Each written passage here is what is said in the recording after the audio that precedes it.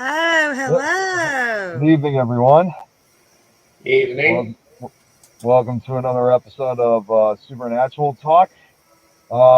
As you can see, I'm currently in the car right now, so I do apologize if the connection does go out at any point. But it's just going to be me and Eileen tonight. Jeremy is unable to be on tonight because I know he's still getting better. And then Adrienne, unfortunately, she has to work overtime. So it'll be just me and Eileen dealing with our guest for tonight.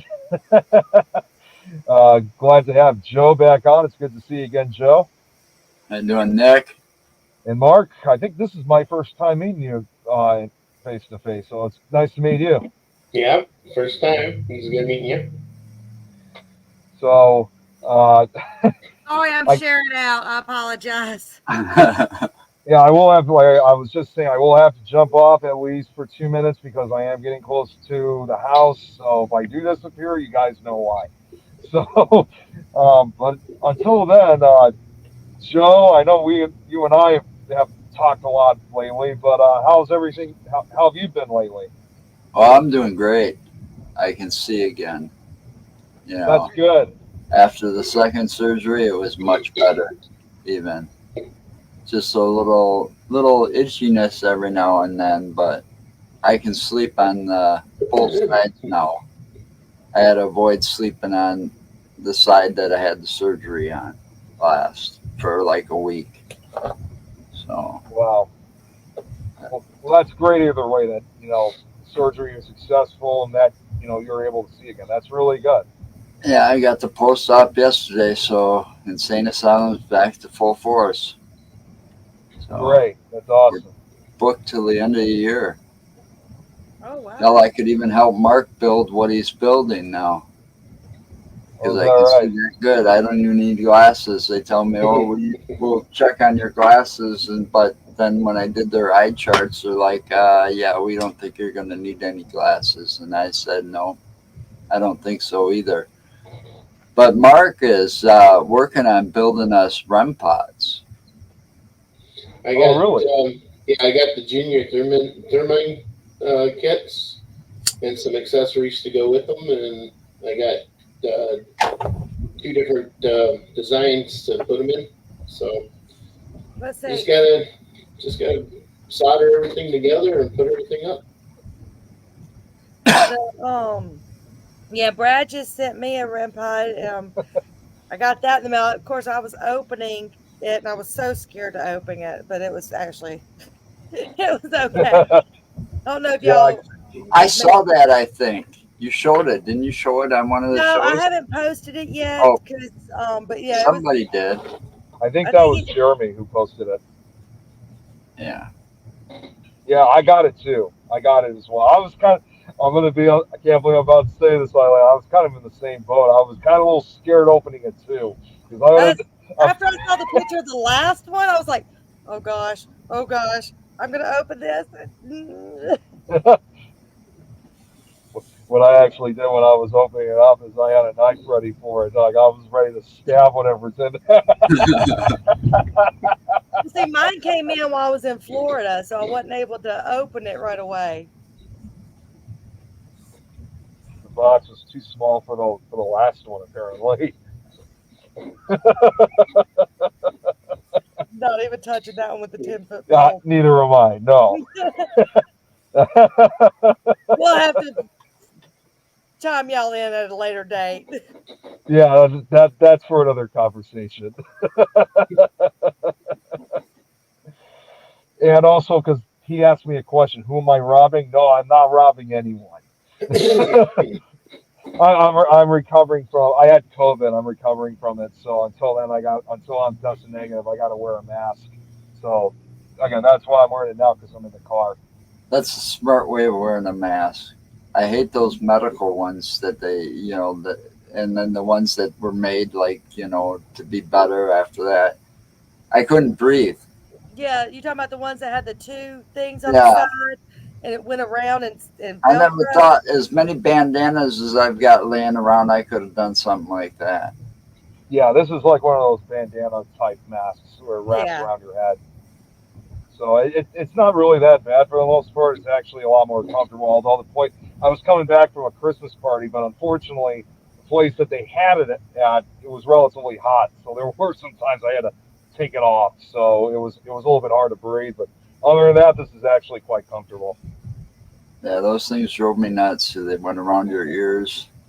Yeah, they sometimes hurt your ears too, like the strings on them.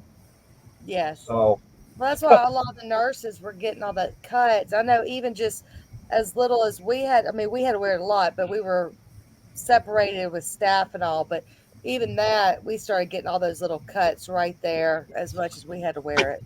Hmm. Chris, Well, I am not even going there. Not even touching that one. when that hit, when that hit, we had we had a really big investigation that we never got back to yet. But anyways, when that hit, I was told I wasn't able to leave the house Yeah, after that. because you've My you've had wife, my wife and Mark wouldn't let me leave the house. No more investigations Nope. when that hit. Not until everything cleared up. well now you're Yeah. dealing with two different flus and COVID going around right now. Well, I got the shots and I got my flu shot and pneumonia shot, and I think I could go back for another one or something. You know, my doctor stays on top of it because I had leukemia, so back in '95. So my immune system's not that great. I don't Right. take chances. His immune system is very compromised. Me, on the other hand, I can literally be standing next to somebody that's got 104 fever, full blown flu, and never goddamn catch it. That's because you're You know, fast. I never had the chicken pox, and I was Oh. trying. I was trying. I ended up getting them when I was younger, but I remember my mom like sending me to people's houses trying to get Yep. me to get it.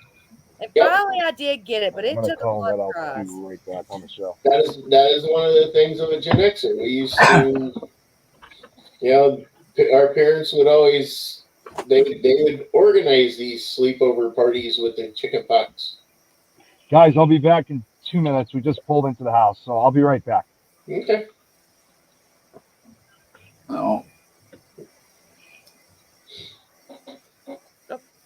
So yeah, we were talking today. I was talking to a friend of mine about, not knowing that you were poor when you were poor type situation. oh Yep. yeah, And we were talking about our parents were the type that, hey, you got a gash, go super glue it. But yet they would still be the ones that throw us in a house with someone trying to get us sick to get on over it. Yep. Yep. It Yep. was easier to have the whole house infected You than fell one off. person. You fell off the roof helping your dad fix something up there. First thing he'd be looking over. You all right down there? No, see, I was And the then idiot. he'd like, yeah, I'm all right. He's like, get up, brush the dirt off, and walk it off. See, no, I was the idiot. I hung out with a lot of guys because most of my neighborhood was guys. I would take my bicycle on the roof and ramp my bicycle off the roof. oh I've done that. Yeah, that was fun. But then I turn around, and be a girl, and lay Yeah, out on the roof too. Get your bathing suit on and get on the roof and lay out. Oh, yeah. Nah, the bicycle off the roof, that's nothing. Try a Honda 250 off of a 2-story jump. No, I was still a girl. I mean, that was the thing. I was always the guy's girl. a Where tomboy. well, it was. I mean, yes, but also like literally, I was still in pageants and things like that. But like all my friends were guys, so I knew how to keep up with the guys and dish it out. That's where I learned to dish it out just as much as taking it. That's good to know. You know, Yeah, it's good to be that way.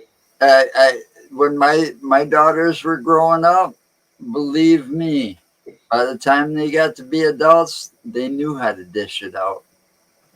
You know, between Mhm. Mark, my brother, myself, you know, we picked on them girls until they got tough.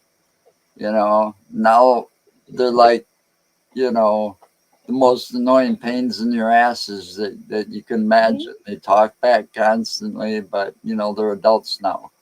Yep. Let's see, they don't take shit from some guy and wind up in that trap and getting abused or some shit like that. That ain't happening with those girls.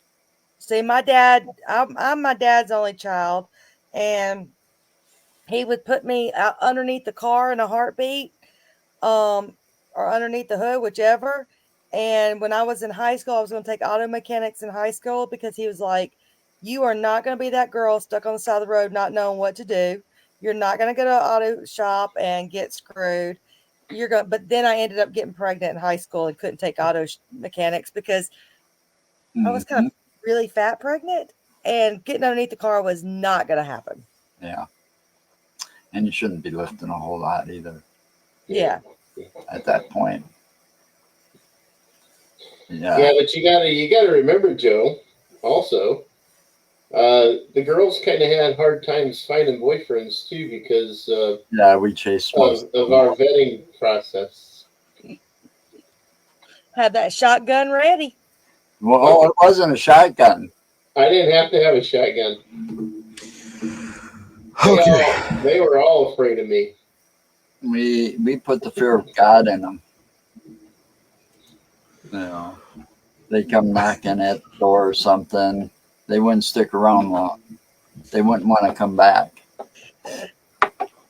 Wait, who is this we're talking about now? We're talking about you. Me? No, we're talking about different things. We're talking about it. No, it just we were mentioning about when our kids were younger. Oh, okay. Yeah, the thing is though, I mean, it wasn't just my daughter. I have one daughter. That's it. And then I've got extended family with Joe's kids and his brother's kids and then of course my daughter had to befriend every single girl in her school who were from broken homes and didn't have dads in the area. Yeah, we had them houses. So they would be coming over for sleepovers and stuff like that. Well, anytime any of them got boyfriends or anything, they had their boyfriends pretty much had to go through vetting processes with us because anytime it came to the girls, I kicked in dad mode. Oh, really? Well, I have a question for the two of y'all. I was looking at Nick's background, and I, heard that y'all have joined the Things team, and I wanted to say, what made you make the decision to join Things? Well, that wasn't Mark's decision. He really didn't have much of a choice. I don't really. It doesn't bother me. I've been. Let's see, how long have we been talking, Nick and Jeremy and? Well over almost a full year now. And I've been on Fear Fans, this show. You were also on to the grave and back with me and Lois. Yeah, and the Marks on Wrestling show, I've been on more than once. I'm feeding Jeremy my predictions now. We're sharing the predictions for wrestling. It's the road to WrestleMania. But yeah, and I figured why not? I mean, I guess it was just a matter of time. They didn't have a chapter in Wisconsin, and now you do. And it's really exciting to have you guys now as a chapter because that means, because obviously since I run the Things of Illinois chapter, I came to that realization with the exception of Colorado, each chapter, we're now literally a state away from each other. You're up north, I'm down south, Jeremy's, out east. I'm still hoping, eventually we will have one. I mean, we do have one out west, for Adrian with Colorado, but hopefully one for Iowa soon. So we're spreading, and I honestly didn't think we were going to go that quickly having this many chapters. Well, there's nothing wrong with spreading, and the cool thing is this with you guys bringing this network together like this, that even brings a more tight knit to everybody that's being a part of it. So we have more of a tight knit with other groups in other areas. So if we ever do decide to go do investigations in those areas, we have contacts right away rather than having to spend a week or two or a month or something like that trying to figure out who we can contact. You're absolutely right on that. It really is. And especially if, say, for example, because I've been meaning to get a hold of my crew in this case, but Jeremy had just told me about, for example, like if there's a residential, location where somebody needs help or something like that, and they, let's say, for example, in this case, like what just happened, they contact Jeremy about it, but these are people that are not from Indiana. In this case, from my state.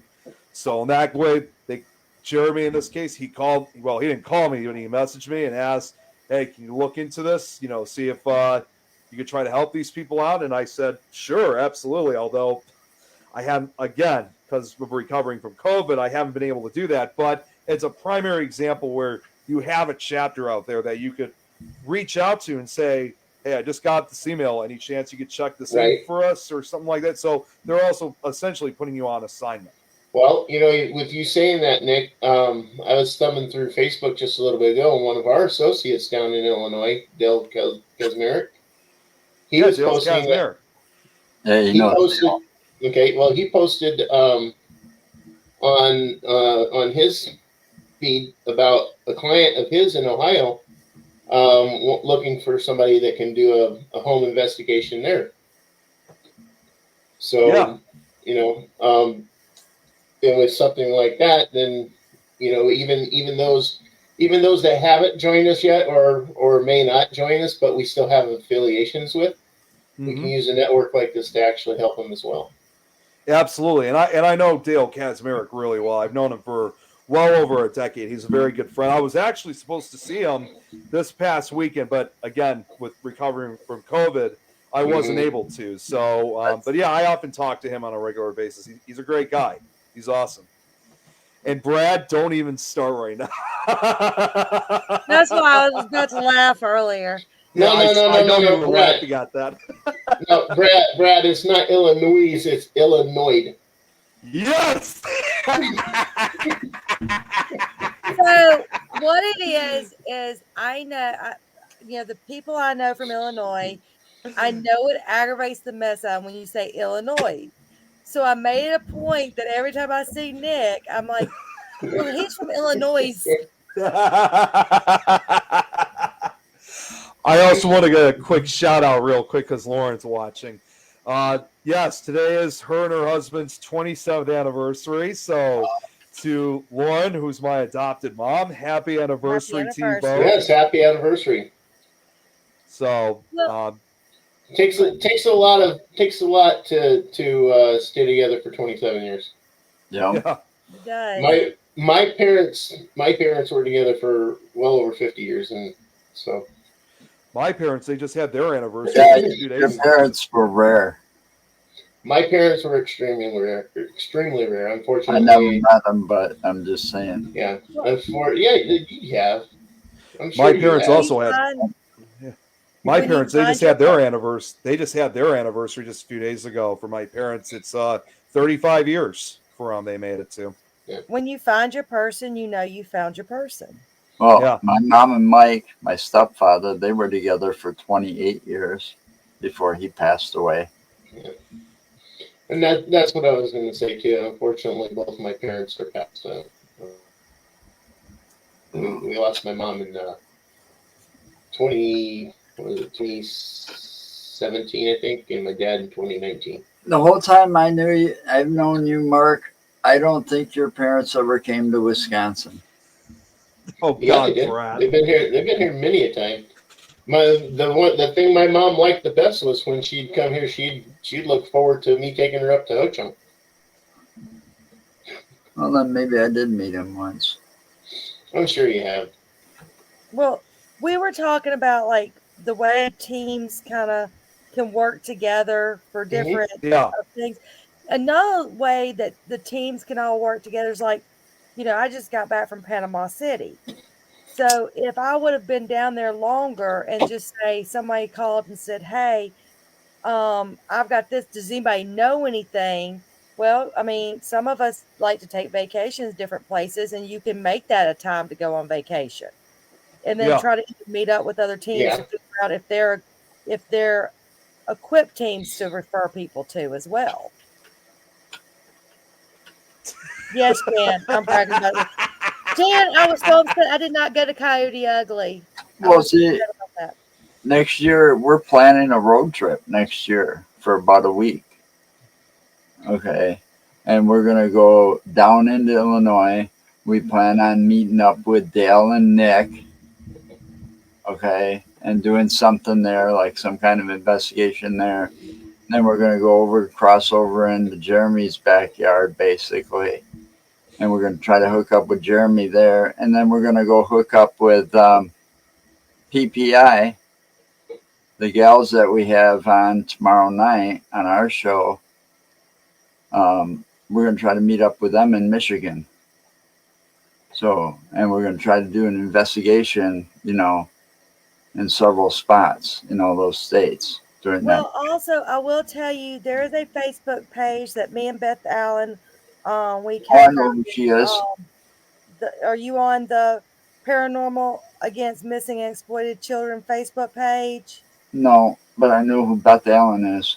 Yeah, me and her created a page that because we all do so much traveling, that before you travel, check out, or if you do have anybody that you see like missing children, post it on that page. Where we had to kind of start getting careful with the posting because we started getting spammed a lot with some inappropriate. Yeah. I might have enjoyed watching some of the videos that was going on there, but so we had to start kind of narrowing down, just letting people post randomly.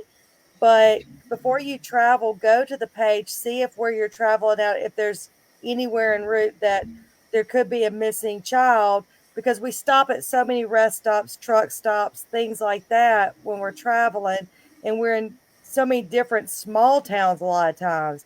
You never know who you might I have run a into. tendency of not necessarily seeing those pictures or posts, but because of what I did for so long, it's kind of like when something looks out of place or suspicious, Hmm. it'll get to me right away. You know, So Well, yeah, yeah, I'll take a look at that page. yeah, anybody that's watching, like I said, because of my move and Beth move, the page has gotten a little not well kept as much as we'd like. Um, because of, but we do have someone else helping moderate it for us because we've been going through so much. But it's Paranormal Against Missing and Exploited Children. And then my Facebook got hacked, so I had to get brought back into the group Oh, jeez. when I got my new Facebook page. Yeah, I got it's a pain in the ass that people have to do that and be like that. It's like, what are you getting out of it? Come on, but you're Well, going. some of them do it for revenge. Well, Others do yeah. it this just was someone because from they can. Vietnam. This was someone from Vietnam. You Oh, know, really?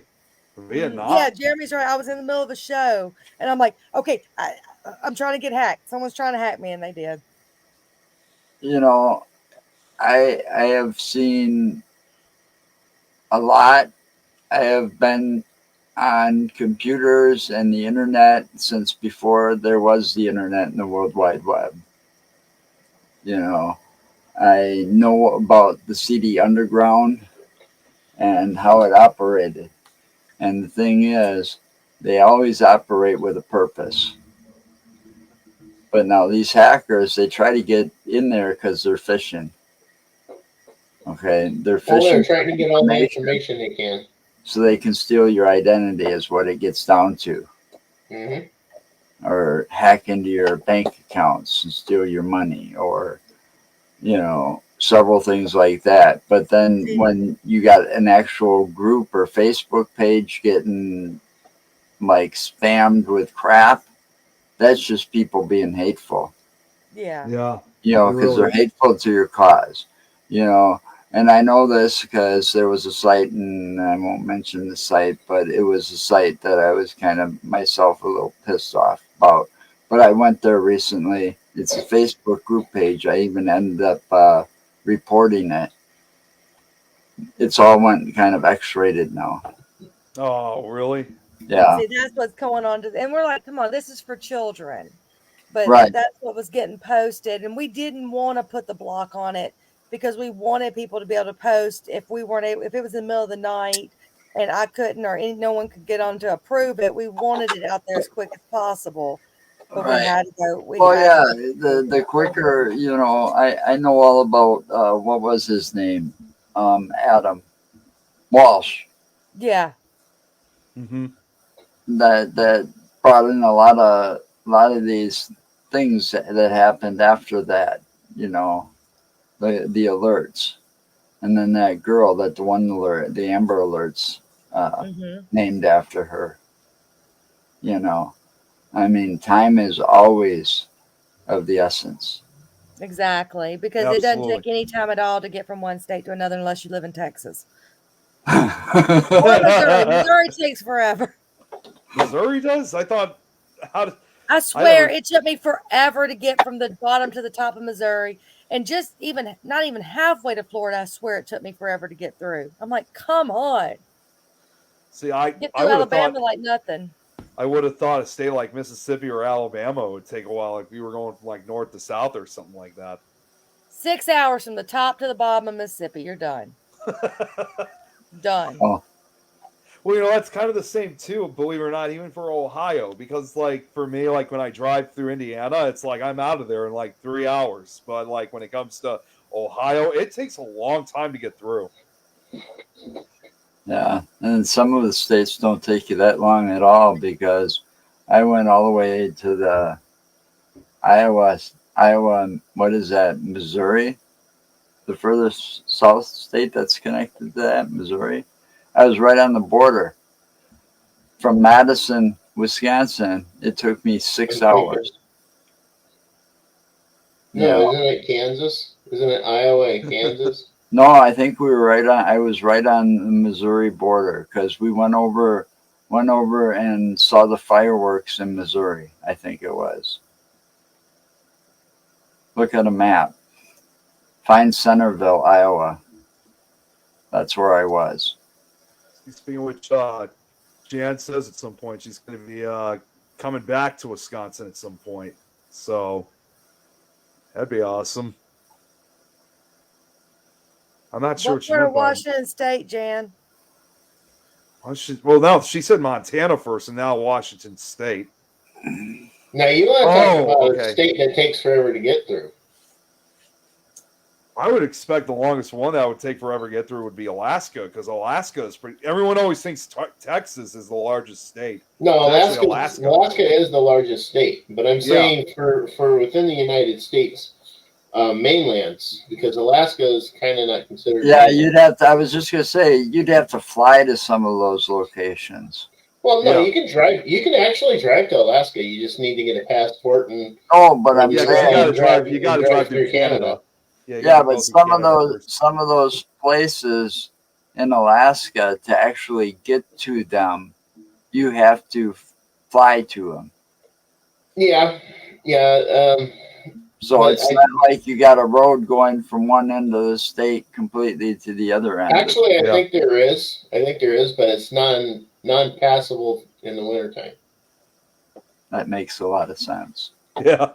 Of course, the only state that you have, one state that obviously there's no roads to get to, obviously, is Hawaii, and that's the only one you got to fly to, unless they ever make Puerto Rico a state. Then that's a different story. Then.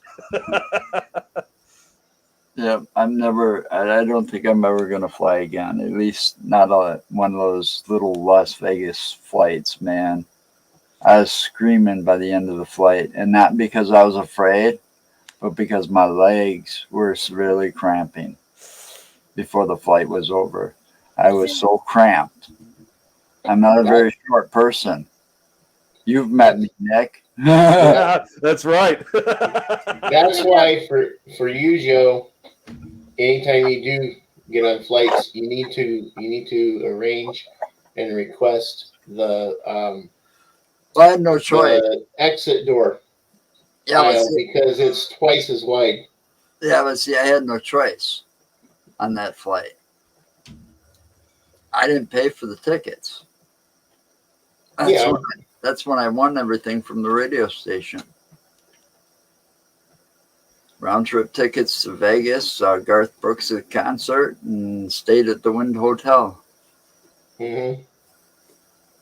Well, I know the older I'm getting, the more my panic attacks You're have been hitting 24. me, and I'm so scared of getting on the plane, and then because mine is more like not the anxiety of the plane. I mean, I don't have a problem with planes, but it's like you know how your ears starts popping up and all. I'm scared that that'll throw me into anxiety, so I'm like, yeah, no, not getting on it just in case. Well, Eileen, you're 24 though. That's a different story though. Yeah, right. 24, 2, 4, 2, 4.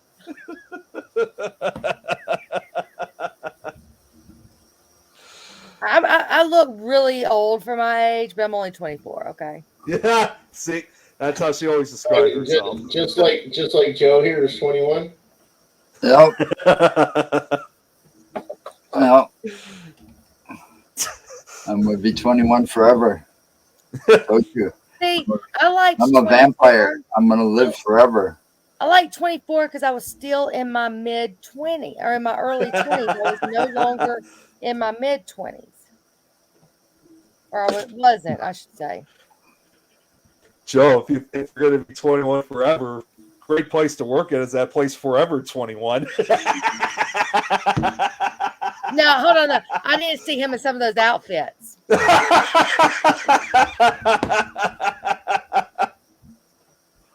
I don't Your think little so. crop top, you know, going, some booty shorts. Your hat will go with it. Yeah, the hat would fit perfectly with it. Yeah. Nope. He's like, hell no.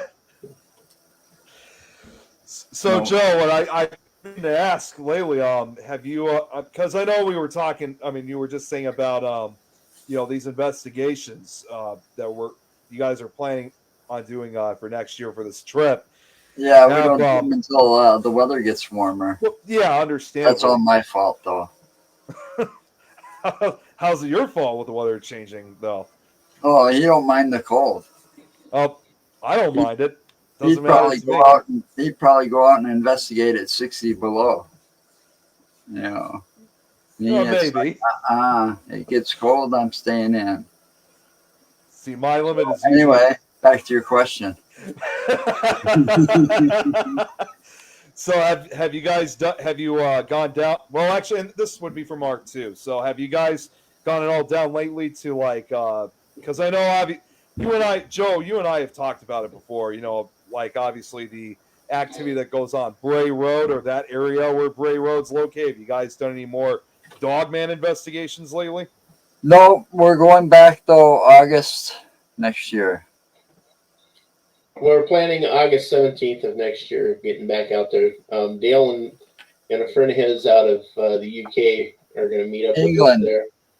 And our new teammate is really looking forward to it as well. And I think we may have one or two others that want to come and join us as well. So it's going to be quite the deal. But that day we're going to do a lot more than go back to Bray Road. We also plan on what was that? Damn it, the wildlife. Valley of the Kings. Right. Yeah. Wildlife Preserve. That's another place that Dale knows. And then we were going to go out to out by Stevie Ray Vaughan crash Ray site Vaughan crash site, yeah.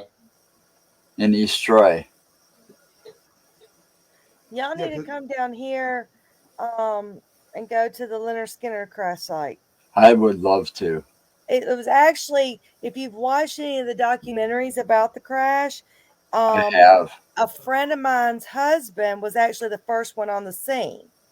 It happened on his family land, but since his mom died, that piece of land where the actual crash happened got sold outside the family, but the memorial is right across the street from it on my friend's land. But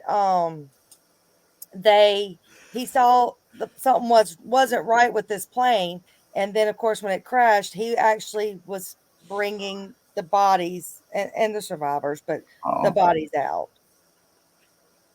So I'm not laughing at that. I'm just laughing what Jan's writing right now.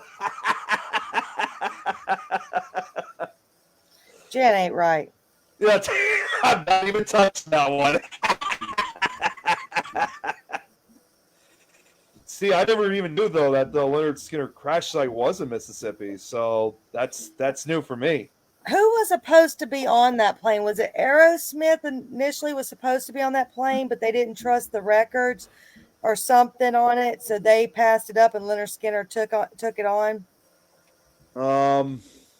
I forgot. It's been a while. I'm actually looking that up right now because I know I've heard of who was supposed It's to be on it, but it's actually been like such a right long. outside of Macomb, Mississippi. It's like in Magnolia or something like that, It's Mississippi. near Gillsburg, Mississippi. That's At least the crash site, yeah, Gillsburg. That story is almost similar to the Buddy Holly crash site. Yeah, almost kind of like as I would play, Because but they flipped a coin to figure out who was going to go on that Yeah, plane. that would have Dukes of Hazzard. It would have been a hell of a lot different today. Yeah. If Whaling won that coin toss. Excuse me for a second. I need to use the restroom.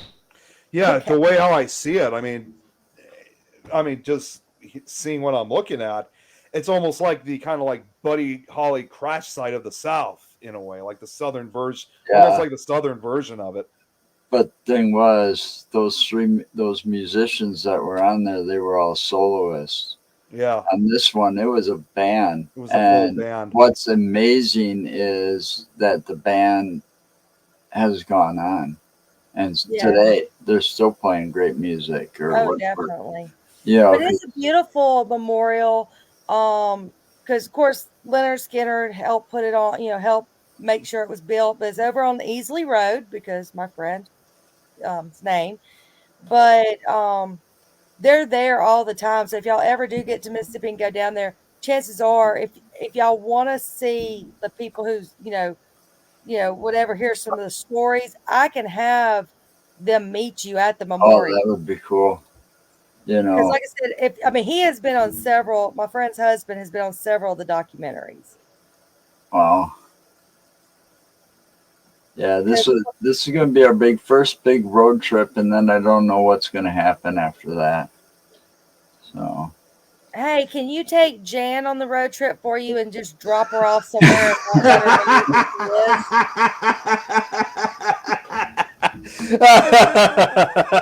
So I looked it up. I didn't realize it was actually right on the Mississippi-Louisiana border, and that does make sense though, because I didn't know exactly where they were heading. It was heading down to where was that? Baton Rouge, Louisiana. So they were not even that far from their. It was still far, but it wasn't that far from their destination where it occurred. I remember. I think I tried to do a live, and it started raining. I wasn't getting, I wasn't getting good signal, but I tried to do a live one time while I was down there for us. When I was down there working. I think Tom meant to say only been to Mississippi once. Mississippi. That's a new way to pronounce it. I have some friends that would probably laugh at you on that one and agree with you. I have some friends from here that hate this place. This place? Yeah. You mean like the state or yes, hates the state. But there's so much history down there. I don't know how anybody could hate it. Yeah, there is, isn't there? Yeah. There's a lot of history throughout the entire United States. Yeah. Well, in Mississippi, I'd have to go check out Tupelo. Actually, go to Natchez. No, I gotta go check out where the king was born. Yeah, here's the problem. So there's been Memphis is trying to steal part of that. Wait a second. Did you just call him sir? I don't think so. No, I don't You think don't so. call him sir. I don't think so. I may have said something else. I don't Oh, normally I say swear to God, it sounded like you said, "Here's the problem, sir." So no, she didn't say that. All right, but it just doesn't making take sure. you honestly 10 minutes to tour Tupelo to tour his home.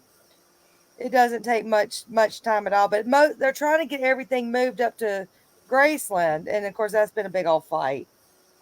Yeah, that's not right. That's taking away history, It is. It really moving it. is. I mean, I can see that, like back, all right, excuse me a minute, I'm trying to think of her name. Dr. Christy Sumner and Miranda Young. We had Dr. Christy Sumner on the show by herself that one day, and she was telling us how they moved the Ma Barker house to preserve it. And if you don't know what the Von Barker house is, look that up. It was like Ma Barker gang back in during the days of Prohibition, and it was like a museum. The house was kept the same way, all the furniture, all the bullet holes, everything intact. Well, they were going to destroy it and stuff because the land was going to be turned into something.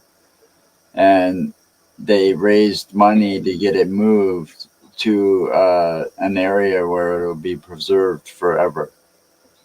We've Now, had some houses moved around here like because they were where they were was becoming flood zones, and they were so historical.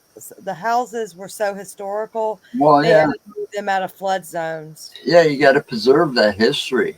You know, they the same people. Well, Miranda Young and Mhm. Dr. Chrissy Sumner Yep.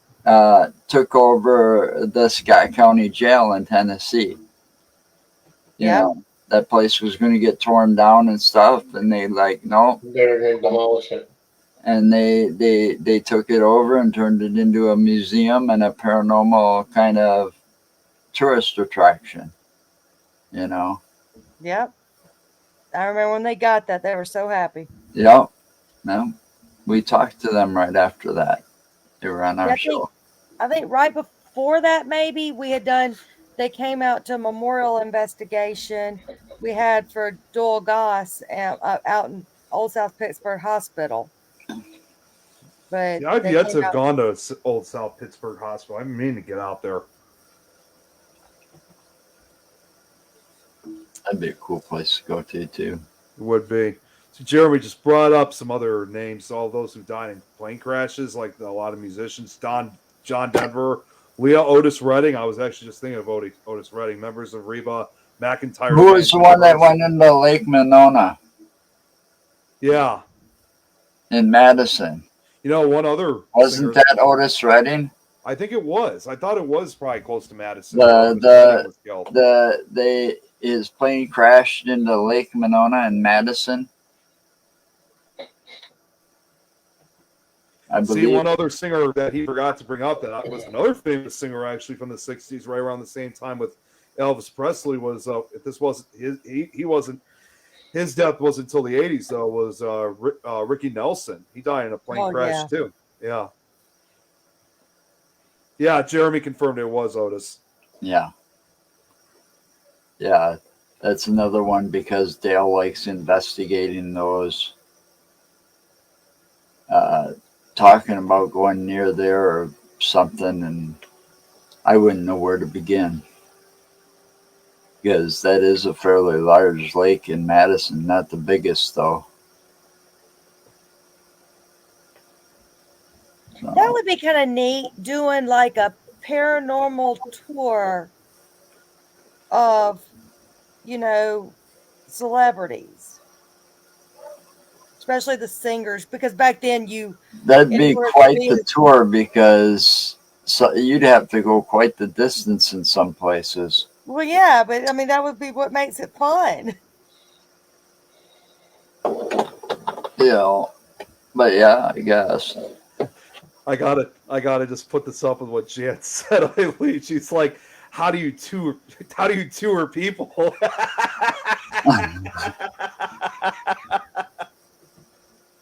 No, it was a normal tour though. Yeah. What would that be if you're touring people, though?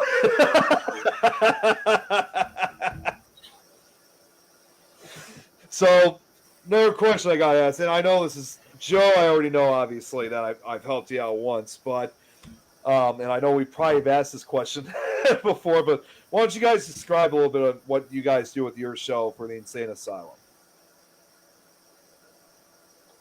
What we do with our show, well, we started out doing interviews with different groups that do go out and do the paranormal investigations because of the COVID. That kind of jump started us to do the interviews. But now we've just kind of kept it going where we'll bring on groups. Well, I have a question that I start with that I ask everybody what got them into the paranormal, what got them interested and started doing investigations into the paranormal, and I let them answer that. And then from there, I don't even have set questions. I just, whatever comes We to fly mind. by the seat of our pants. We're good at it that way. But I always have that one starter question because, if you've got people that don't know the ones that we're interviewing, the people that are watching don't know the interviewees, I do that so they can actually give a little background on themselves and what got them started. Okay, it's a good way to start off, the show that way. Mm-hmm. Yeah, and then we go off the rail occasionally. No, never. Occasionally, That happens a lot. it's mostly him. No. Look, I have to take blame for most of mine. So Well, we've known each other too long. Yeah, we've known each other for what 25 years now. 25 plus years. He got blamed for a joke that I played on my brother, where they worked and I was just starting. Now my brother and Mark were friends, and they worked at Union Cab. Well, actually, you guys worked for Union Transit, not the cab company. I was starting. No, there. I wasn't. Yeah, I wasn't the cab side. You were in transit. Yeah. Right. So I played a practical joke on my brother by putting a parking ticket on his car that in the long run, at the end of it says, if you fuck like you park, it's a wonder you can get it in. He went around accusing everybody until he got to Mark, and Mark started laughing about it, and my brother just basically assumed Mark was guilty. And so Mark got blamed for something I did until I walked in, because I was already out on the road. And my brother didn't know my car, because back then, you could buy a car for a couple $100 out of the newspaper and it'll last you a few years. And I had like 3 or 4 cars at the time, and I had just bought this one, so my brother didn't even know about it. So, he didn't even know I was there yet until I walked in. you say that. I remember days where, someone was either getting divorced or unfortunately there had been a death and people were just trying to get vehicles off the property. And I mean, they would sell almost new vehicles dirt cheap as long as they were paid for. Yeah. You don't find that anymore. But see, I come from a family where we like playing practical jokes. Mm-hmm. Well, we used to. Things have changed, but we play practical jokes on each other, Christmas, Halloween, and just for the fuck of it. And especially on your birthday, you were going to be the target of something. Okay. My brother had probably the biggest practical joke played on him on his wedding day. Oh, yeah, you don't even give him that much of a break. Oh, hell no. Go ahead, Mark. Do you want to tell this one? You were there. Well, I was tasked with a few things on that particular one. It started out because it was my idea. I saw this previously at a wedding that I had attended. And then I told Mark and a couple other people. He told me, and then another friend of ours, and then a mutual friend that was from Union, whom we lost complete contact with. I have no clue where this guy disappeared to. MIA. But yeah, it all started out because Joe came forward and was asking or mentioned this, and this whole thing got hatched in my basement. I lived right around the corner from Dwayne. Was that when I lived around the corner? You were still on Silver. Dwayne was still on Heineck. Yeah. And I was living in the basement. And so we gathered in my basement. It was me and Joe and another mutual friend of ours, and Joe is the one that informed us of this. So what we did is, I was tasked. I went and had to find a bunch, and I mean a bunch of matching keys, like deadbolt keys, which I was able to track them down. Got us a whole mess. So I had, I think, well over 200 keys, and brought them to the reception. Joe had a bunch in his pocket. I had a bunch in my pocket. Our other two companions had a bunch in their pockets. And for every one of the women that were there that weren't too young, and even relatives, we gave them a key. Grandmas. Yeah, we gave them a key, told them, hang on to this, and you will know what to do with it when the time comes. We didn't tell them exactly what to do. You will know what to do with it when the time comes. Meanwhile, one of my friends at the time, and now picture this guy's like a biker dude, literally, who was part of a 1% biker group. Oh, one of those guys, yeah. So this guy was also covered in tattoos, but at the same time, he looked like Kid Rock. Okay. I mean, he literally looked like Kid Rock, long blonde hair, the whole works. He was one of the culprits that helped us. Right. He took a couple handfuls of these keys and kept them in his pocket. Okay. You're going to want to know this for later. Mm-hmm. I have the video. I wish I could find the video, but I don't know how well I could share it. So, anyway, Joe, at the time, I've over this course of events and times, I've kind of broke Joe out of his shell. He used to be extremely stage fright. It's just I wish I wasn't back then.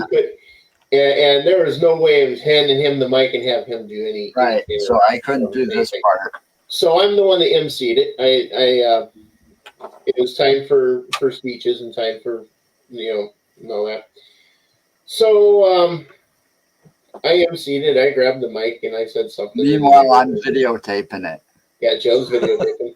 And I said something in the neighborhood of how Dwayne and Kara, got together, blah blah blah, and I'm like, did a little thing, and then I said, unfortunately, I have this bad news to tell you. Now, all of the women that have the keys to Dwayne's secret apartment need to bring the keys up and set them and give them back to Dwayne, so we can get that deposit back. And almost every single woman in the aunts, grandmas, cousins, friends, it didn't matter. They all got up and walked up there with the keys. Oh, I'm sorry it ended, and they're giving away the and Kara's face was, Dwayne's face was turning like I think he got about tomato red. And Dwayne and Kara's just sitting, just She's about to fall out Fall out of of her her chair chair, laughing. pissing her pants. Yep. But here's the best part. Here's this is not even it yet. my friend Woody, the guy I just told you about, the biker dude that looked kind of like Kid Rock. He comes up behind my brother. Now, my brother's a big guy. I'm 6 foot. My brother's about 6'2", and he's about 250 pounds, pretty much solid muscle. Okay. And, so he comes up behind him, drops the handful of keys in front of Dwayne. Drops both handfuls. And drops, and then lays a big fat old kiss right on his lips.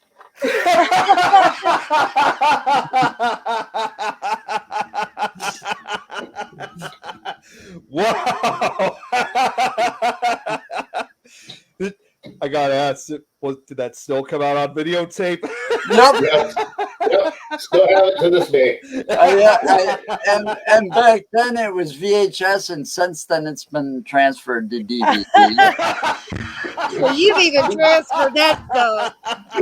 Yep. It's here's on digital somewhere. Have Keeping y'all the legacy of that replayed footage alive. Have y'all replayed it for him? Oh yeah, he's got a copy of it.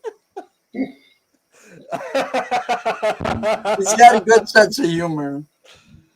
Now you just gotta go take a still shot of that moment, get it framed for him for Christmas. Yeah. Did I really make That's a good idea. Yeah, just like put it like in a wrapping, and then like put like Christmas like a wreath around it. Maybe a few lights around it too. I got plenty of time before Christmas at his house. Well, you can always get a digital picture frame, put it in there to replay loop, and play some sort of theme music on it. Find something from Brokeback Mountain. What's that? Find a theme song from Brokeback Mountain.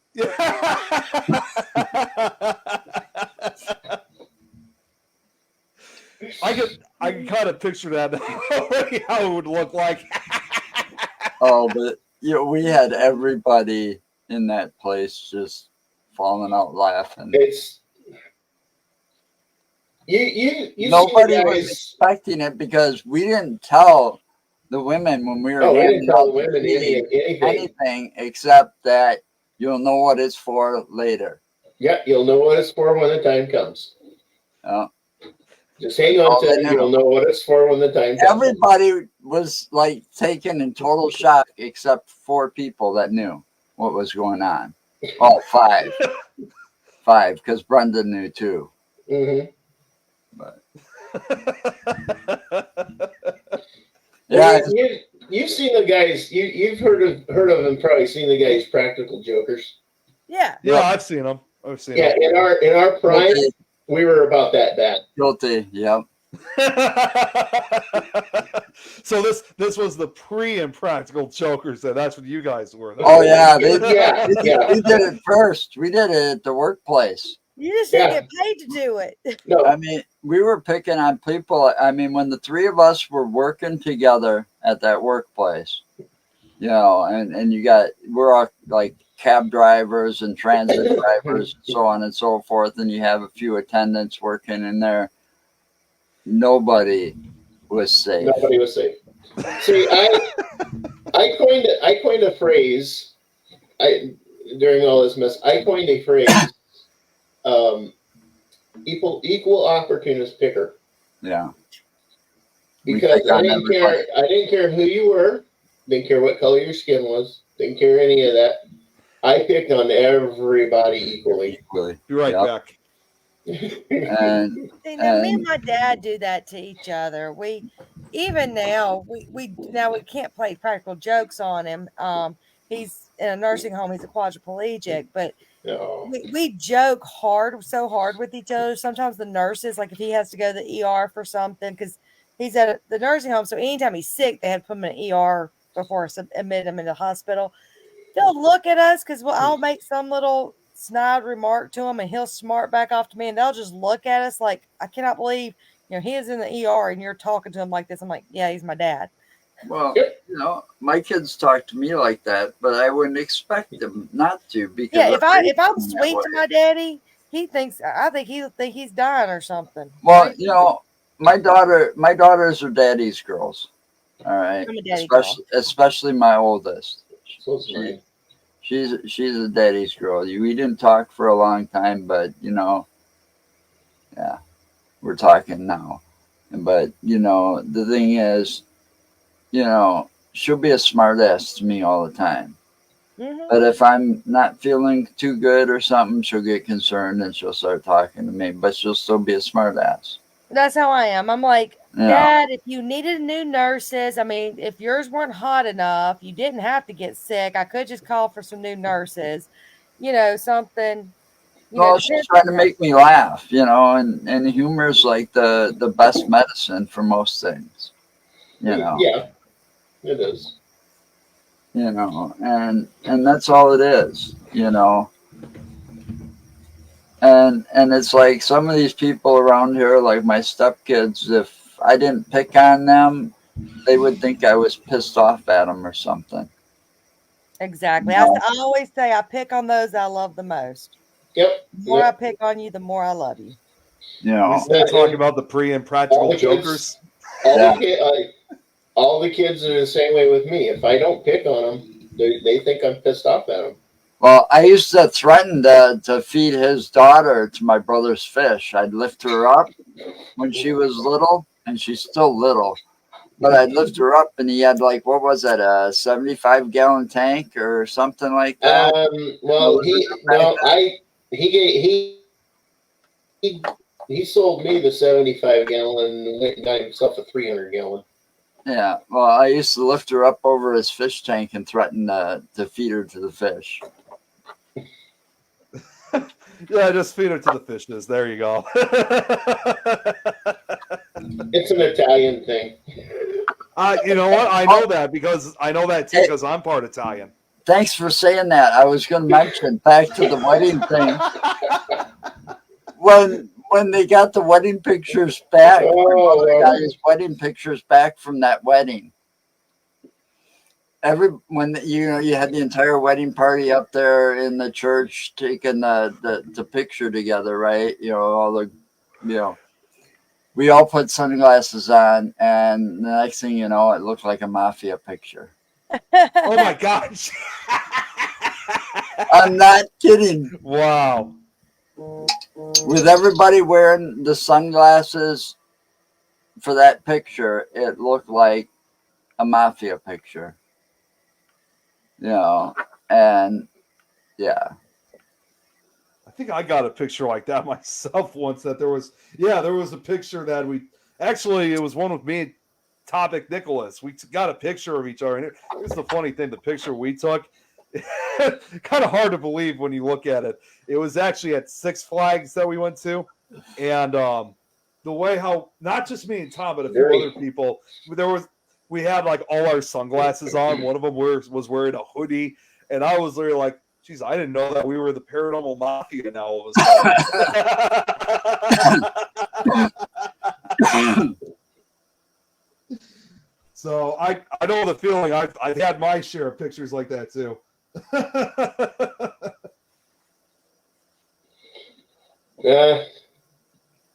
I don't know why, but that particular time I wasn't part of the wedding party. No, you weren't. Actually, I do know. I do know why. Actually, it was your wife. Because Gina was one of the bridesmaids, but I know why I was not part of the wedding party. It had to do with the particular person he was marrying. Yeah, well, we don't. Yeah, her and I never got along. She don't talk to me much anymore. I think a lot of it could have been because I kept proving her wrong about everything. That'll do it. Well, it's one of those people who think they know it all, but So Nick, I got a claim to be question an for you. expert on much, You? but when it came Okay. to movies, I Yeah, was. I got a question for Nick here. Joe, Okay. I want you to tell me if I'm correct. All right, Nick, are you related to Seth MacFarlane? I wish. You kind of look like him. You know, that is the first time anyone's ever said that I look like Seth And MacFarlane. the lighting, the way the lighting is on you right here, you do. You kind of look like him. That's a new theory because Yeah, I'll well, tell we you right don't. now, I used to, although my hair is like the way it is when I was a He little won't younger, let me tell you who he looks like, though. Yeah, you can kiss my ass. Well, you know what's funny is that I used to, because in spite What of was how that show? Seinfeld? But I would rather look like him than the one you look like. well, no, I The was only just thing you're years, missing is your swastika. see, years ago, I used to have unlike what my hair is now, I used to have a buzz cut. I'll tell you right now, when I used to have the buzz cut, people said I looked like Curly Howard from the Three Stooges.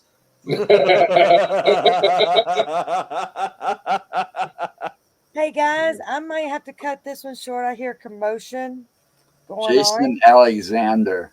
So I'm gonna have to end up cutting this short, but it was great talking to y'all. Nick, sorry to leave you stranded. I just gotta go figure out what's going on in there. So I keep hearing commotion. I think I know what's going on. You can always come back. If I can get it under control and y'all are still on, then I will definitely jump back on. All right, here's a question. Quick, you got duct tape? Okay. No, it's Gorilla Tape now. It works even Gorilla better. tape. Doesn't matter either one. You got duct tape or gorilla tape? Or That'll even take care of your better, problem. because I joke about it a lot on the show, or even better, Uh, Gorilla glue. although it can't fix stupidity. It But can if it's it sure shuts fun it to up. try. It can if it shuts it up. It's like Cody Rhodes, really? No, Jason Alexander. Look it up. Nope. I will try to get back on, sweeties. All right. Okay. All right, see you later, Eileen. Jeez, now what is this? Everyone trying to guess what I look like now? Now Jeremy's saying I look like Cody Rhodes. Must have been my fault. You know what? There is one other person I could think of that. I'm telling you, dude, you look like Seth MacFarlane. In this lighting, you look like him. Oh, wait a minute. Jeremy's actually referring to you, Joe, that you look like Cody Rhodes. His hat, your No, hat it's does. just my hat does, maybe. That's exactly well, no, what I was going to say, see, again, years ago, in addition to how I looked back, I also, again, when I had a full set of hair too, I also used to have a bearded mustache too, like in my early 20s. And this person that they referred me to was not an actor and all; it was actually a criminal. Some people said I actually looked a little bit more like El Chapo. El Chapo. No, he's referring to See, Jason Alexander. I'm smarter than he is. Yeah, Mark- that's Joe right Mark there. That's is going Joe's to other that. one. Yeah, I know this picture all too well. Charlie Manson picture. He could be Manson's little brother. Andy Garcia, what? I don't see that. I definitely don't see that at all. I really don't. Yeah, I have no comment on that one. Although that's his most recent selfie he's got up there right now. Okay, I don't know. Yeah, whatever. I don't know who this Facebook user is. El Chapo with both ears. I don't know who's saying that, but okay. Oh, think of Andy, one of those mafia movies, hair slicked back.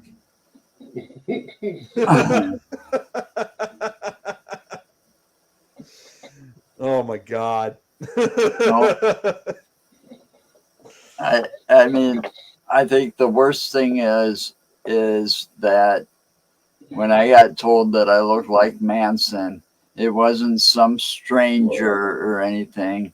It was my mother. Oh, really? Yeah, we were taking a car ride, and she never drove, so That's I was fine. kind of like her chauffeur.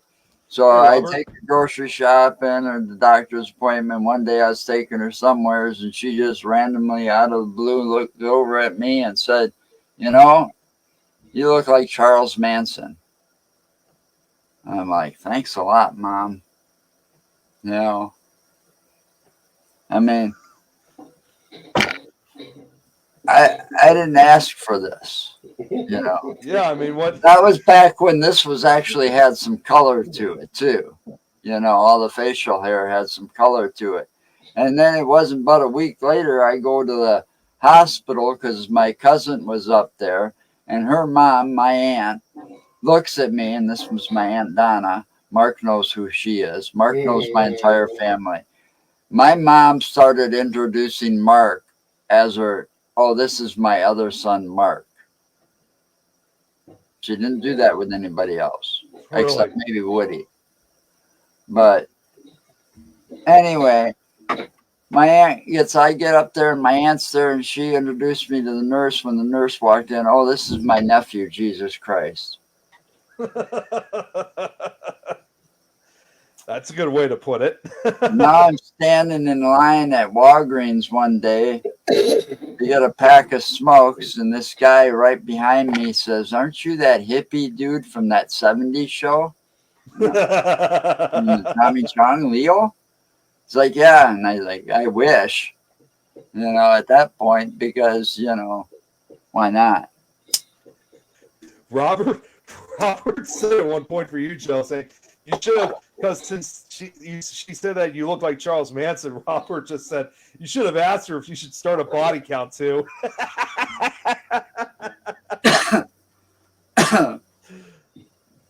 uh, Pugsley Adams for the Adams Family. What? The first time though I ever got told I looked like somebody, I, I I didn't even know who she was talking about. I was in a Target store on the west side of Madison buying a stereo many years ago, and she told me I looked like the guy, the lead guitarist and or the main actor in this movie called Almost Famous. I don't know if I've ever seen that movie. Actually, I mean, I've heard of it, but I've never seen it though. It's a good movie.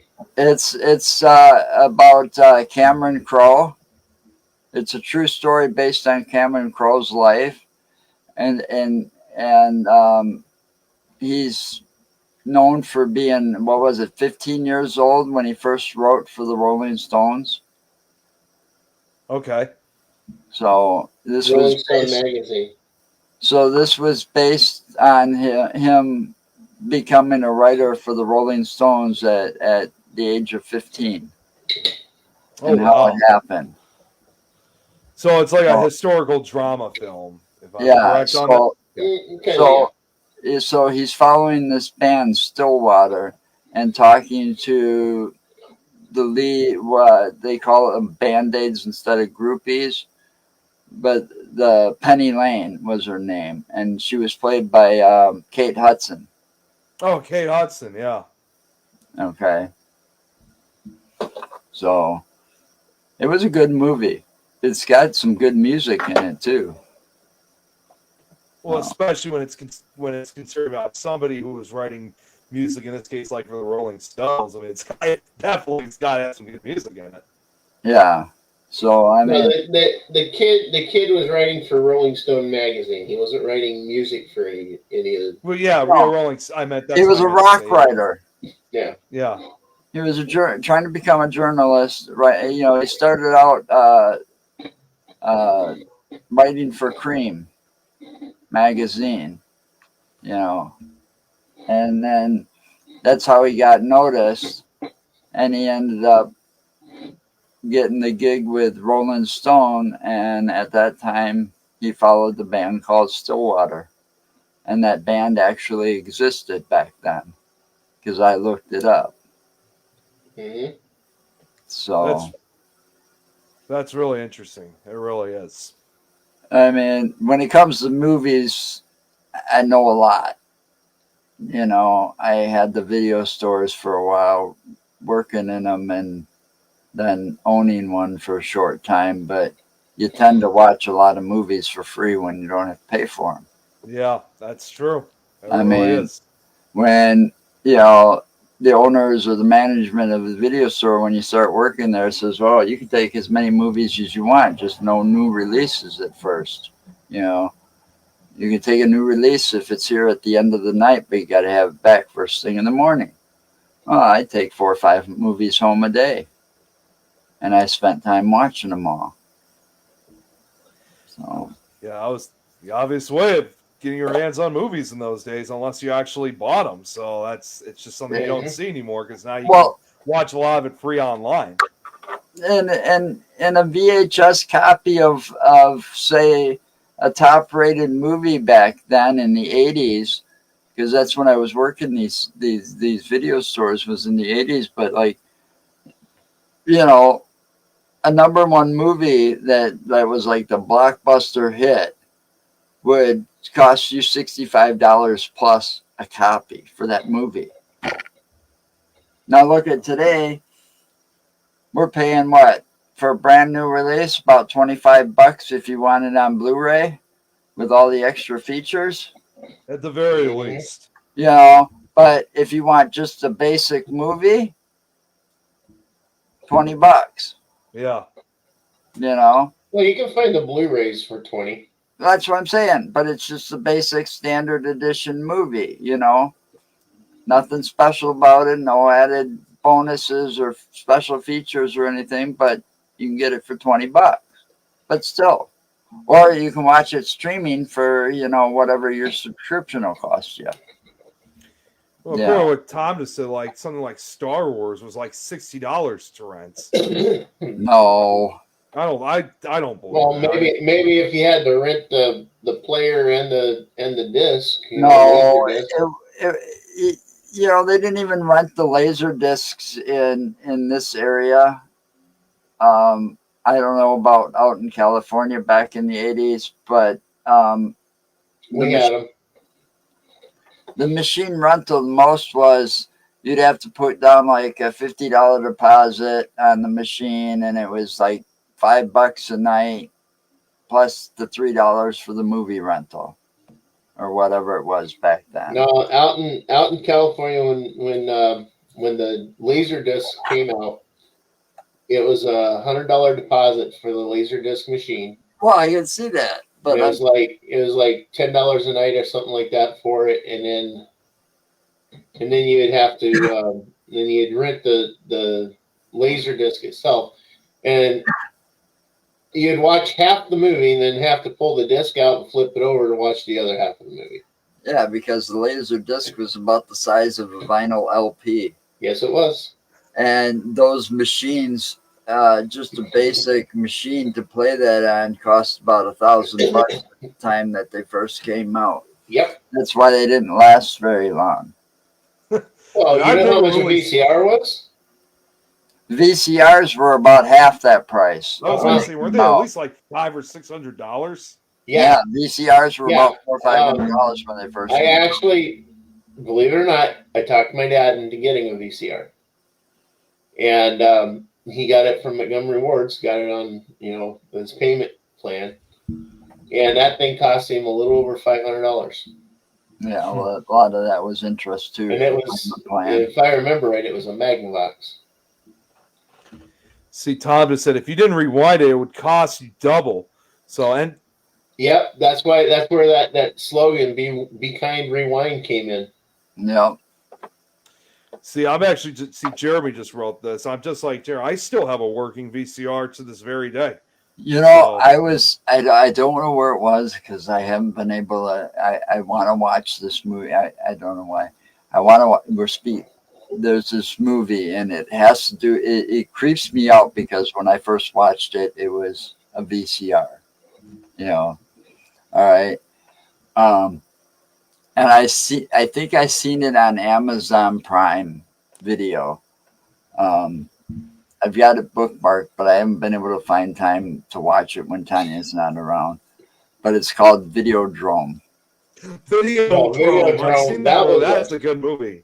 Yeah. David Cronenberg film with James Woods. Yes. Yep.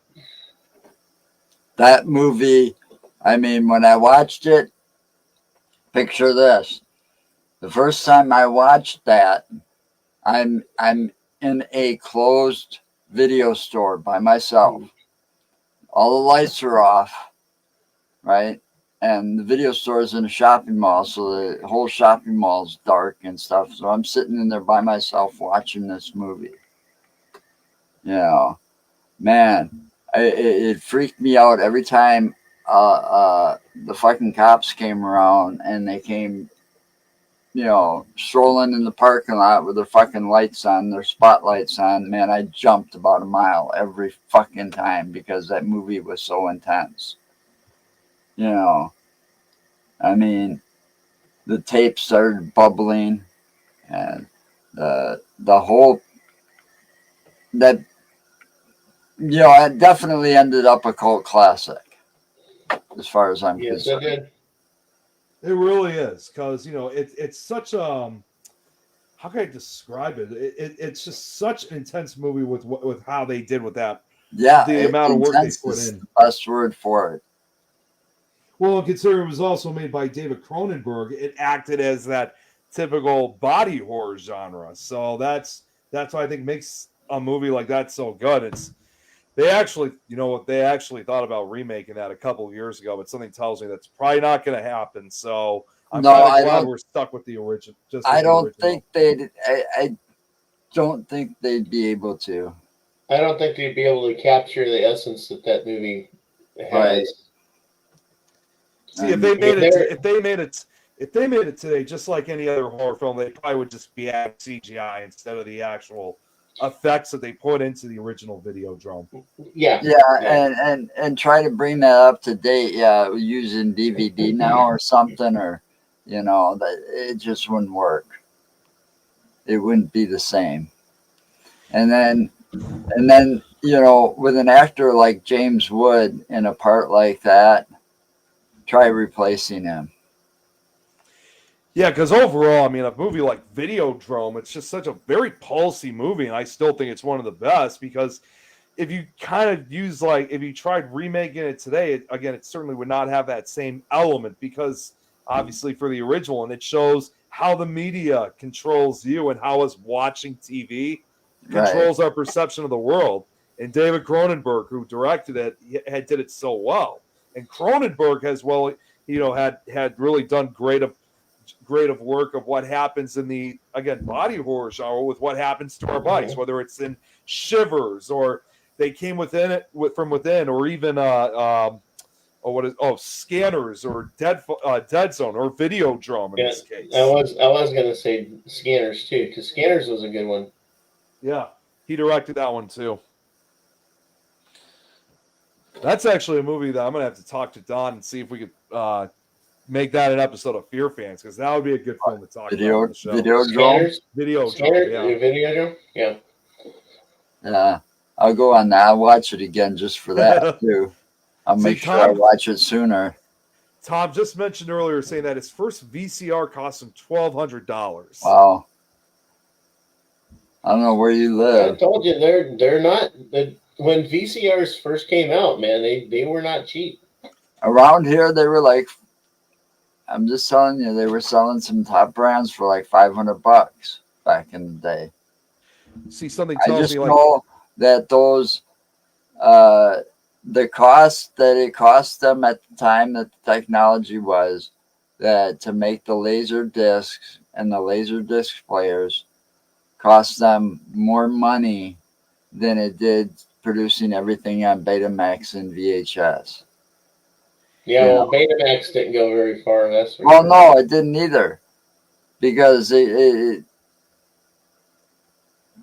you know, their machines were even more expensive at the time.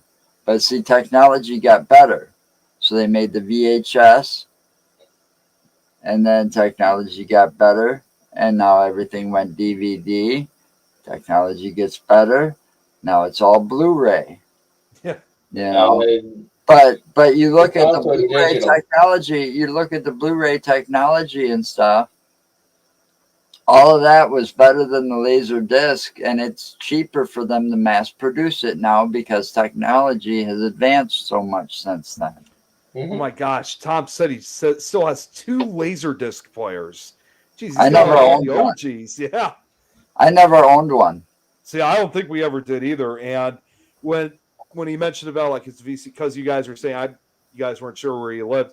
I think that was what I mean. He lives not far from me, but obviously when it came to the VCR era, I think that was one because he used to live in Ohio at one point. So I'm going to assume that's probably how much it costed at the very least, in Ohio. Because he also brought up the first VCR stores in Ohio in the early '80s. It was a trailer in a parking lot too. Yeah, see, and then there's been a lot of advancements. It's just amazing. Yeah, there has been a lot of advancements. Something always tells me, who knows where else we're going to go with this, years from now. Because I wonder what. I don't know, but they better have a Christmas party for Walmart people and self-checkouts, That thing. I'm still waiting for my W-2 from Walmart from fucking 3 years ago, whenever they started that shit. Yeah, well, they're going to pull them out of their stores real soon. Exactly what happened, and I predicted this too, when they first started them, I said the cost is going to go up because there's people that are going to find a way around it. And guess what? Yeah. The main thing they're bitching about them things, and I'm talking Walmart's actually bitching, so is Target and stuff, is their loss has gone way up. Yeah. Hey, Joe. Joe just showed up. And they're sitting there thinking, oh, we got all these cameras around there and everything. Well, cameras got blind spots. There's ways to block, and people find a way. Make it look like they scanned but didn't really scan. Yep. I used to bust shoplifters for a living when I did security. So I know how these people think. Joe was a buzzkill. Yeah, I was a buzzkill. Everything's going digital, so no more discs. Yeah, Tom's absolutely right on that. Yeah. Oh yeah, you go on any of the systems right now. You can go on Steam. Okay, Steam is a system to be playing, games on and stuff. Anything you get from there, you don't get a physical disc anymore. It's all digital. Well, yeah. So is the Xbox. And the thing is too, you don't even download. You don't even download physically the file onto your computer. It downloads into the Steam cloud for you, and then it'll load it onto your storefront.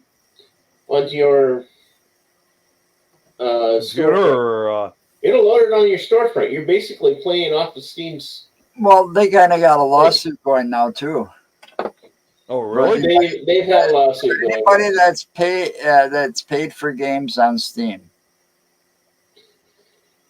Yeah, because see, I got a Steam account. I purchased a lot of games, on. Well, I've been seeing it go across Facebook quite frequently. Yeah. And I joined something like that when it came to Yahoo or something like that not too long ago, and I got like $350. Wow. Yahoo? Yeah. Seriously? Wow. Yeah, because somehow or something the Privacy Act got broken, and I was anyway part of that. Somehow my account ended up in that mess, and I didn't realize it. So, but see, what Jeremy? I'm like, I'll fill out. What Jeremy said. What Jeremy's saying there, I actually agree with him. Yeah, what happens if the internet goes out? Then you don't have it at all. Yeah, that's what pisses me off. Yeah, you're screwed. You are. Yeah. So basically, right now on Steam, I've got. Well, I guess you do download it into your hard drive. Yeah, but it's the same thing. I have Skyrim. I love playing Skyrim, and that's Elder Scrolls 5. And I actually now see. This is why I don't understand why people are suing Steam over certain things, because I had the original Skyrim on my Steam account when the brand new um, special edition came out, and because I had the original, Steam gave me the special edition for free. Well, I don't know what to tell you. I'm just saying. I've only bought one game from them. You know, the thing for Four Kings Casino or whatever it was, or Bard's Tale or whatever. But I don't play it, so I mean, I didn't spend that much money on it, so I Right. don't worry about it. But what Jeremy was saying is like it's like Xbox or PlayStation. You buy the game digitally, but if your internet's out, you won't be able to play it because the Well, yeah, system doesn't recognize that you purchased the game. Right. right. But see, with Steam, you can download it to your desktop or laptop, whatever you're using. Because I can play offline. I can play my Skyrim. I can play um, the Retro Arch. I can play the Atari anniversary thing. I've got the Sonic package. The Yeah, you stuff got like too that. much. Yeah. Okay. So I can do all that. But you can also do some of the stuff online too with it. And what Tom's talking about with Voodoo was a decent. It was decent, and believe it or not, um, Walmart's the ones that actually put Voodoo together, and then Voodoo merged with Fandango Oh, or really? Movies Anywhere, Yeah. Okay. and now you basically got to have a Movies Anywhere account. And used to you would be able to share with family members on Voodoo and others, as long as you had their emails listed in your personal page on there, you could share with families and friends. Really stop doing that. And they stopped doing that. Really? When they went to Movies That's Anywhere, you clever. can't do that anymore because Joe and his wife they had an account with Voodoo and it was attached with my account, so we So share anytime we added a code, it the added movies the back. movies so that they could watch it over there, or I could watch it over here. Yeah, and if I added a code, it would let them watch that movie on their account through mine. Yep.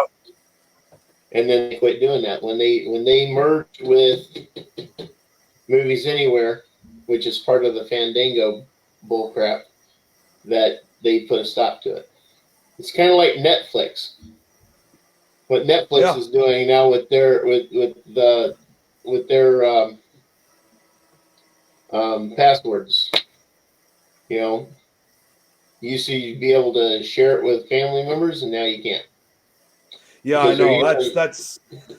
I remember when you were able. Yeah, I remember exactly when like in the case of Netflix, you were able to do that, but you can't anymore. And I just and honestly, for the longest time, I never understood why, because I thought it would be one of those things where you're like, you do your normal routine, or you're planning on watching something, then all of a sudden you can't, and you first think it's just like maybe a malfunction or something like that, but then next thing you know, you're pretty much, wait a second, this wasn't like this the other day.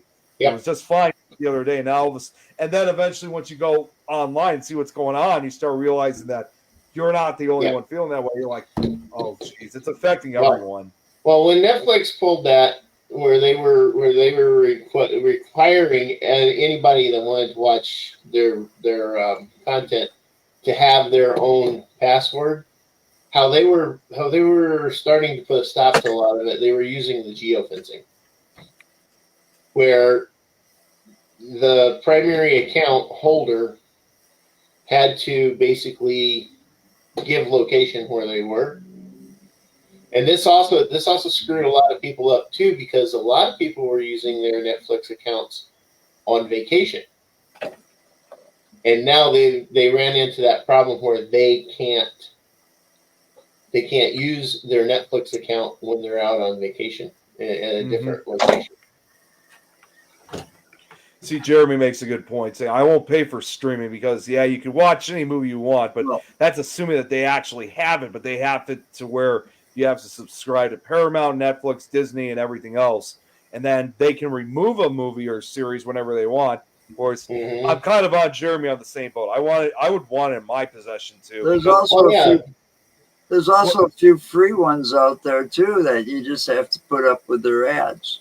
Yeah, well, honestly, like when it comes Freeware or Freever or whatever it's called, Yahoo's got one now where it's free with ads. Redbox has one too. You can go through Redbox. YouTube. See, I still prefer getting a lot of stuff Jeremy just brought up what I was about to say. Tubi is Crackle. Although, Crackle's free still. And actually, Crackle was one of the first. Crackle, yeah, I remember Crackle. Yeah, because we used to be able to watch it on PlayStation Home. Yep. Although Tubi, the only con I have with Tubi is that they still sometimes take some of their movies off online. Because there was actually a series that not a movie, but it was a series. Mm-hmm. Yeah, the series that, for whatever reason, they only had the first 2 seasons. This was not like an actual TV. So it was more of a documentary series. It was a documentary series of, it actually used to air on the Discovery Channel. It was called Storm Warning. It aired back in the 90s. It wasn't a real, well-known series. But it was basically one of the first series, I assume, where it dealt with natural disaster and storm survival. Very much like if you guys remember the show Storm Stories on the Weather Channel. Before, in fact, what they actually did with some of those episodes of Storm Warning is that they actually redubbed those episodes and made them Storm Stories episodes. because Storm Warning was originally it was originally made in Canada, so this was supposed to be the U.S. release.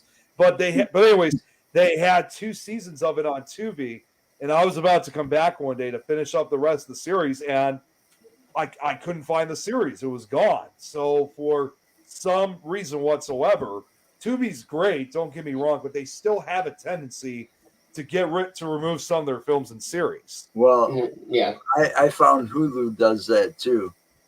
I got rid of Hulu because of that. I wanted to now. I don't mean to age myself, but I guess I'm going to.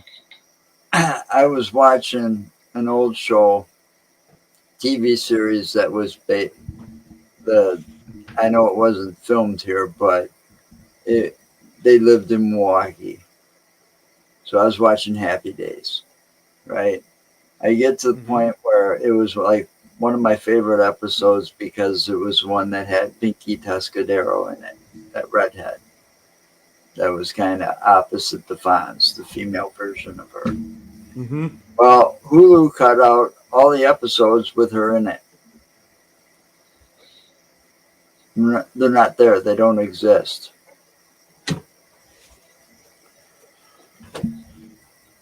Real quick, because Tom actually just made a good point. I mean, there is one other cool thing about TV is that not necessarily Tom and I have a series on it, but we were featured in a series. It was actually from, I don't know if you guys know who Mike Ricksecker is. You guys know? No. So Mike Ricksecker, he runs Haunted Row Media. And he actually used to have a show of his own now. I think they're trying to bring it back. He used to do a show along with he lives in Ohio now, but he used to do a show with Victoria Monday, who lives in Texas, and also before that, Vanessa Hago, who lives in Oklahoma at that time. And it was like another podcast like this, but they were choosing a lot of big names for the show. And but he not only just did this show, he's written several books. Tom and I have actually been in one of his books. We're in Encounters of the Paranormal Volume 4. But he also did a series called the if I'm correct, Tom, because it's been such a long time, I think it's called The Shadow Dimension, if I'm correct. And he and I were on an episode of that series. They actually filmed it when and this was one of the few times that Tom and I were able to go on our paranormal road trips because this was during the height of the pandemic. So we had to go out to, we ended up going to Helltown, Ohio, which we also did an investigation there. Place doesn't disappoint. So if you guys are looking for more places to investigate, Helltown, Ohio is definitely one to check out. But Mike interviewed us there, and that episode of the series that's now on Tubi, so you guys can check it out if you guys want. And it's yep, Shadow Dimension. I'm right. Yeah, it's either 6 or 8 episode series that he made. So they're all available on Tubi. Definitely check it out. It's really cool. So we have an appearance on one of the shows on Tubi. Cool. So, in fact, actually, that just reminds me, if you guys are ever looking for more guests to have for, in the insane asylum, I'd highly recommend Mike Ricksecker. He would be a great guest for you guys to talk to. Yeah, you have to hook me up with him. Write the name down, Joe. Well, I've actually been trying to get him on this show, although I know the last couple months for him have been very busy, but we're hoping to get him on. I know a few people like that. Yeah. Well, we're hoping at some point to get him on, but I definitely would recommend having him on too. I'll definitely connect. When did COVID hit? 19? I think it started in It was 2020. Well, it actually started in it started late 2019, but it hit full force 2020. Because that's where part but I thought we had interview shows in 2009. No, because we were doing Sanatorium Hill. We just so from 2020 on, we found it. So for the last 3 years, there's a couple of people I've been trying to get on our show that are just too damn busy, apparently. Yeah, there's a lot of them that are busy currently. I was actually just reaching out to somebody else just yesterday, but I haven't heard a response. It's actually another guy that does a podcast of his own. In fact, funny enough, 2 months ago, he actually reached out to me because he wanted to he invited me to a Paracon down in Texas. It was, in fact, believe it or not, it's one of the first, at least I know of, it was a Dogman conference that they were having down in Texas. I think it was in White County, Texas. It's like it's like in the central part of the state. I know it's not too far from either Fort Worth or Dallas. I think it's somewhere in between that area. But I was supposed to go to that, but unfortunately, because it was also in Texas, I didn't have any way of getting down there. But it was nice of him. But in some way, I still wanted to try to return the favor for him because even though I couldn't go, I wanted to try to get him on to one of our shows at some point to have him on as a guest. But as of right now, I haven't heard anything from him. And his show that he does, by the way, they have like an actual full.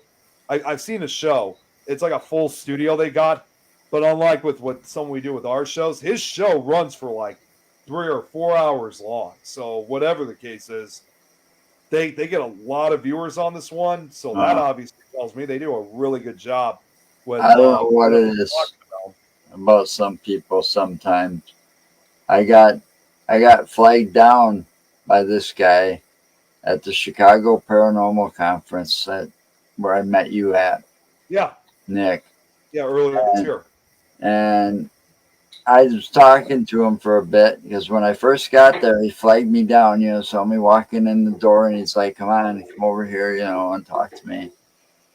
And I asked him about being on my show and stuff. And yeah, no problem. Just contact me, my email address or through Messenger. And I have. Awesome. No response. Who was it? Was it one of the actual speakers, or was it from one of the vendor tables? He did both. Oh, he did both of them. I'm actually trying to think of who could that be because since I know a lot of them. I don't want to say names, but. Well, no, you don't have to. I'm trying to think because I know so many investigators, obviously, throughout the Chicago area. I'm thinking, wonder who could that be? I won't say the name, but I could think about it. And that's right. As a reminder, yeah, you also met Tom too, Joe. Oh yeah, I guess I did. But yeah, he's not from Chicago. You gotta look past him. You gotta look past him, Tom. He you know, old timers is coming up there. No, Starting to catch up with him. no. Got the eyes fixed, but unfortunately there ain't gonna be any fixing that for him. Anyway, this guy is not from Chicago. He was just there selling his books. Yeah. Well, if that's the case, then even though I know I have a lot of I already connections, know who he's talking about. Yeah, for me, because I know so many investigators, including outside Chicago, that would be a little bit more of a tougher thought for me, so I can't think of anyone off the top of my head for that matter. And that's right, yeah, what Tom just wrote saying Amelia, we were near Amelia Cotter's table when we first met up with you, Joe. Oh yeah. Amelia is someone else we got to get on at some point. I'm really surprised we haven't had her on. Mike Ricksecker had her on her show at one point, though. Yeah. Yeah, we've got our show on Fridays, Insane Asylum, and I'm actually toying with an idea of doing a Saturday show where I will do tarot reading. Oh, nice. You know. Well, if you guys ever need, you guys ever need any help with finding more guests, because like I said, some of these guys I was just thinking of, I could be more than happy to try to let them know about your show and probably get some of these guys on Insane Asylum. Send them my way. Send them my way. What I'm also doing too, and this is what I'm hoping to do, kind of like a New Year's resolution for 2024, and I've spoken to Jeremy about this too, is because I think this would be a good way of not only expanding our shows, but when you were talking earlier, Mark, about let's say for expanding chapters or or expanding in any way, shape, or form. I have the idea that it would, and this would be pretty cool, not only just for our show, but again for yours and for everyone else here on this network. See, a lot of people know I have a lot of worldwide connections, including countries where you would never think twice or imagine you'd find investigators or even people who have the interest in that respected country. So I thought it would be cool. Which countries are you talking about there? Yeah, it would be cool to start bringing other investigators from other countries in, get their story, and who knows? Not only could they be great potential guests, they may even want to start their own shows, like with what we do here in the U.S. I mean, we've had obviously plenty of people from. So far, we've had a lot of people from a couple of folks from Canada. We've had people from, of course, the UK, Ireland, Netherlands. We just got our first show. In fact, if you guys didn't know this, a few months ago, we just got our first show ever from Asia, from Bangladesh to be exact. We've had Irene from Japan. We've had at least one or two folks from Australia. That's great to expand it, internationally. But I feel like we could expand even further. So I'm hoping that we've had a couple of teams from Canada, UK, Ireland. I can't remember where else. Well, we tried hooking up with one of them from Australia, but she never. Yeah. Well, yeah, keeping them plus also. I think Mark just froze. The time differences, the time zones. Yeah, that's actually. Hey, Kate. Kate's watching. Yeah, the time zone difference makes it hard to book some of those people sometimes. Yeah, it is. It really is. Because, for example, like I just brought up, this new show that we got that's from Bangladesh, which I know some people have been wondering where they've been lately.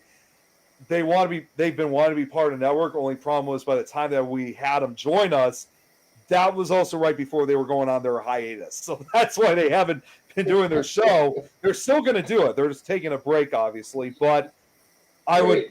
Right. I've actually been trying to get them on this show, but the only problem is, like you guys just said, is the time difference. Because when it's like for us right now, it's like 7 o'clock. Well, it's not 7 o'clock now, almost 9 o'clock. But for these guys who live out in Bangladesh, their names are Walker and William. Over there, they're just starting their day, and when I mean starting their day, it's like about 6 or 7 a.m. in the morning for them. So I have told them about not only this show but a few other shows I'd like to try to help get them on. So again, they too can expand just like what we do, for their case, in Bangladesh. But it's difficult for them to do that with the time difference. Right. Well, I know from see, Joe and I used to extensively play Final Fantasy, and we had friends. I had a couple of friends that were in England, right in London. So I know that when we're at midnight here, there's 6 o'clock in the morning there. Yeah. Well, It's literal 6 hour difference. Well, in the case, if you think about it too, like Joe, when we've had you on Fear Fans, obviously you know that investigator Nikki that we have who lives in Australia. Again, it's about like 8:30, 9 o'clock for us when we're doing the show. So, Right. I mean, it's not terribly late, but it's starting to get late. Nikki, on the other hand, though, again, they're starting their day in Australia, although it's a little bit later for them, because for her it's like 10 or 11 o'clock in the morning. So they're just beginning their day. So they're almost a full 12 hours. Yeah, they're difference really with us. they're far ahead. So Yeah. they're obviously a day ahead of us. Yeah. So yeah, sometimes the time differences are real tough. Yeah, it even work. It's even like our guest tomorrow night on our show. There's an hour difference between us, so Yeah, we're an hour ahead, or So we they're gotta- an hour ahead of us. Yeah, Yeah. that's right. they got to make sure, even in the States, you don't really think of it sometimes when somebody's over there, but yeah, their time difference is maybe 2 hours or an hour.